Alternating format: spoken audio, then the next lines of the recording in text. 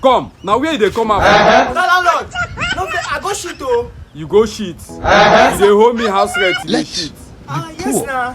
Wetin you chop where you dey shit? Don't suffocate. Landlord, na beans oh. Na beans. You chop beans. So you dey hold me house rent, you go buy beans cook, abi? You dey hold me house rent. The other day for my front, na so I see your girlfriend come. Na come dey cook chicken, dey do everything, and you hold me house rent, abi? You dey chop. You dey chop chicken, you dey hold me house rent, Landlord, I abi? no fit shit again because. Why you go shit where you dey hold me house rent? You no know say person wey hold im landlord no dey shit? Oga landlord. You for gum that shit for your nyash, you for no shit at all. Gum am for your nyash. Because I dey owe you house rent, I no fit go shit again. Yes, na you no need shit now. Pay me my house rent before you shit. Landlord, this one, person no go fit shit again. Person no fit shit again because you dey owe you house rent.